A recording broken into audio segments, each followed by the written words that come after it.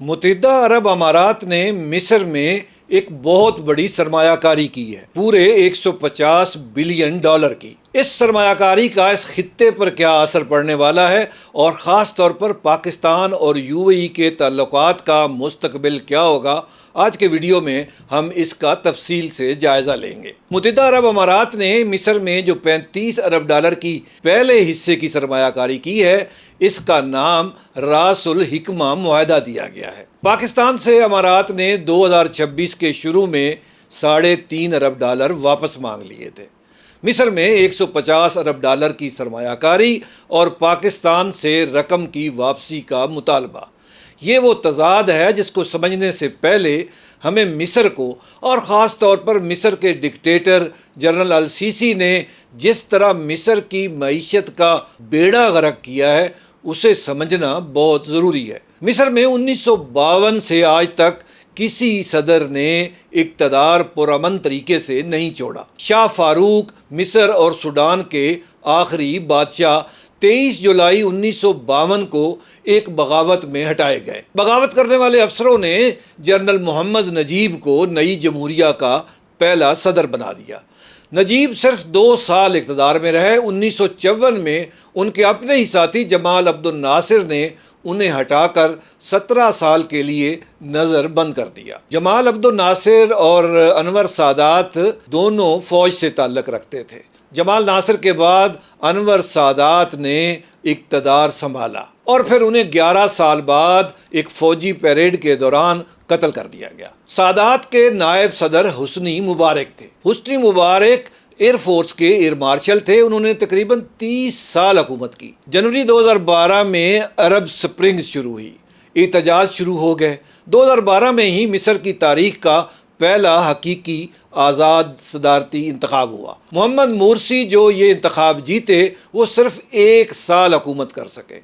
جولائی 2013 میں انہی کے مقرر کردہ آرمی چیف اور وزیر دفاع جنرل عبد الفتاح السیسی نے انہیں چلتا کر دیا۔ شاہ فاروق کے بعد سے ہر دور میں فوج کا کوئی نہ کوئی جنرل ہی اقتدار میں رہا ہے۔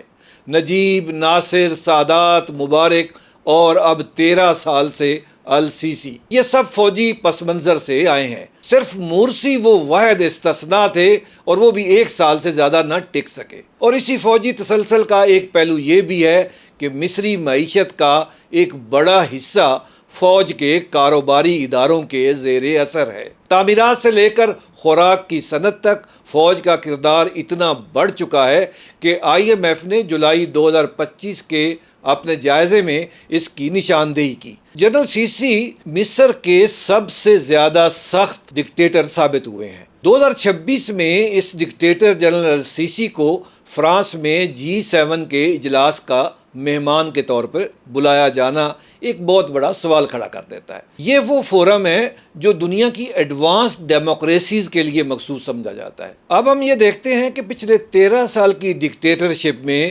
جنرل سیسی نے مصر کی معیشت کے ساتھ کیا کھلواڑ کھیلا ہے۔ جنرل سیسی ایک ایسے ڈکٹیٹر ہیں جنہوں نے حکمرانی کا تصور ہی بدل دیا ہے۔ آپ 60 ارب ڈالر کا نیا دارالحکومت اس وقت نہیں بناتے جب آپ IMF پروگرام کے تحت قرضہ لے رہے ہوں، یا جب آپ کو ڈیفالٹ سے بچنے کے لیے سعودی عرب اور امارات سے اپنے کرنٹ اکاؤنٹ میں ڈپازٹ کی ضرورت ہو۔ یہ بنیادی مالی منطق کے ہی خلاف ہے، مگر یہی جنرل السیسی نے کیا۔ قاہرہ سے 50 کلومیٹر مشرق میں بالکل صحرا کے درمیان ایک نیا دارالحکومت تعمیر کر دیا۔ سرکاری اندازوں کے مطابق اس کی لاگت 45 ارب ڈالر سے شروع ہوئی اور بعض تجزیوں کے مطابق اب 58 سے 59 ارب ڈالر تک پہنچ چکی ہے۔ یہ شہر سنگاپور کے رقبے کے برابر بنایا گیا ہے۔ اس میں ایک صدارتی محل، ایک اوپیرا ہاؤس، ایک ایسی عظیم الشان مسجد شامل ہے جس کے بارے میں سرکاری میڈیا نے بڑے فخر سے یہ خبر دی کہ اس کا ممبر دنیا کا بلند ترین ممبر ہے اور اس کا فانوس دنیا کا سب سے بڑا فانوس ہے۔ یہ خبر اس وقت آئی جب مصر میں مہنگائی کی شرح 30% سے تجاوز کر چکی ہے۔ صحرا میں بنائے جانے والے اس دارالخلافہ کی ایک اور بڑی وجہ یہ بھی ہے کہ مصر میں جو بھی انقلاب آیا وہ قاہرہ کے مرکز سے اٹھا، خاص طور پر تحریر اسکوائر جو مبارک اور مورسی دونوں کے خاتمے کا مقام بنا۔ نیا دارالحکومت اپنی وسیع شاہراہوں اور گنجان آبادی سے دوری کے ساتھ اسی چوک کی قربت سے نکلنے کی ایک تعمیراتی کوشش معلوم ہوتا ہے۔ مصر کی آمدنی کے دو بڑے ذرائع بھی اب دباؤ میں آ چکے ہیں۔ سوئز کینال، جہاں سے دنیا کی تقریباً 10% تجارت گزرتی ہے، 2023 میں 10.25 ارب ڈالر کی آمدنی لایا تھا۔ یمن میں حوثی حملوں کے باعث 2024 میں یعنی ایک سال میں یہ آمدنی محض 3.9 ارب ڈالر رہ گئی۔ ٹورزم بھی اسی علاقائی غیر یقینی صورتحال سے متاثر ہوا ہے۔ اب یہ وہ پس منظر ہے جس کے سامنے فروری 2024 میں راس الحکمہ کا معاہدہ ہوا۔ یہ مصری حکومت کی ڈیفالٹ سے بچنے کی ایک آخری کوشش ہے۔ اب موازنہ بھی کر لیتے ہیں کہ مصر اور پاکستان کا آپس میں UAE کے لیے کیا مطلب ہے۔ مصر کی معیشت کے ذرائع تو ہم نے آپ کو بتا دیے ہیں۔ مصر کی مجموعی قومی پیداوار تقریباً 380 ارب ڈالر کے قریب ہے، پاکستان کی تقریباً 372 ارب ڈالر، یعنی کوئی فرق تو 5% سے بھی کم ہے۔ تو ایک جیسی معیشت، ایک جیسی GDP۔ اب اس موازنے کو ذرا ہم ایک قدم آگے لے کر جاتے ہیں۔ مصر اور پاکستان کی معیشتیں اعداد میں اس قدر ملتی ہیں کہ فرق ڈھونڈنا ہی مشکل ہو جاتا ہے۔ دونوں IMF پروگرام میں جکڑے ہوئے ہیں، دونوں کے زر مبادلہ کے ذخائر بہت کمزور ہیں، دونوں اپنی ایکسپورٹ سے کہیں زیادہ امپورٹ کرتے ہیں، اور دونوں کا جو تجارتی خسارہ ہے وہ ایک مستقل حل نہ ہونے والا ایک زخم ہے۔ نہ مصر کی معیشت پاکستان سے بنیادی طور پر بہتر ہے، نہ پاکستان کی معیشت مصر سے کمزور ہے۔ یہ تقریباً دو ہم پلہ مریض ہیں اور ایک ہی وارڈ میں ایک ہی تشخیص کے ساتھ داخل ہیں۔ تو پھر سوال یہ پیدا ہوتا ہے کہ امارات نے مصر کو کیوں چنا، پاکستان کو کیوں چھوڑ دیا؟ اس کا جواب بہت سادہ ہے۔ پاکستان سرمایہ کاری کے لیے ایک محفوظ، قابل اعتماد ملک تصور نہیں کیا جاتا، نہ پالیسی کے تسلسل میں، نہ قانونی تحفظ میں، نہ سرمایہ کی واپسی کی ضمانت میں۔ امارات کا ویژن ایک ایسا خطہ تعمیر کرنے کا ہے جو دبئی کی طرز پر چلے، جہاں سرمایہ بلا خوف و خطر داخل ہو اور منافع کے ساتھ واپس جائے۔ مصر اپنی تمام کمزوریوں کے باوجود اس ویژن کے لیے بہت موزوں ہے، خاص طور پر اس وقت جب جنرل السیسی کو فوری نقدی کی اشد ضرورت ہے اور وہ کسی بھی قیمت پر سودا کرنے کو تیار ہے، اور پھر جغرافیہ بھی ظاہر ہے مصر کے حق میں ہے۔ لیکن اصل بات اس سے بھی کہیں زیادہ گہری ہے۔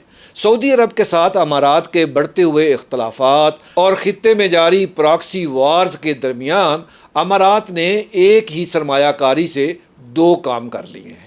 ایک طرف تو اس نے ایک منافع بخش اثاثہ خرید لیا ہے، اور دوسری طرف اس نے مصر کو اپنی اقتصادی گرفت میں لے لیا ہے۔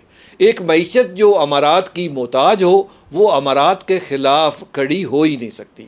تو اب صف بندی مکمل ہو چکی ہے، اور یہیں سے امارات کے فیصلے کی اصل گہرائی سامنے آتی ہے۔ یہ صرف ایک سرمایہ کاری نہیں تھی، یہ ایک حساب کتاب ہے، اور اس حساب کتاب کو 3 حصوں میں سمجھا جا سکتا ہے۔ پہلا حصہ خالصتاً معاشی اور سرمایہ کاری کی منطق سے جڑا ہوا ہے۔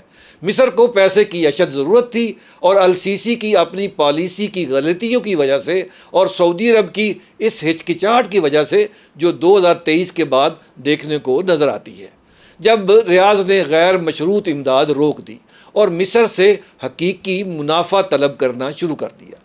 امارات نے اس خلا کو دیکھا اور موقع کا خوب فائدہ اٹھایا۔ امارات کا اپنا ایک اقتصادی ویژن ہے، وہی ویژن جس کے تحت دبئی بنایا گیا، اور اب وہی فارمولہ مصر کے ساحل پر دہرایا جا رہا ہے۔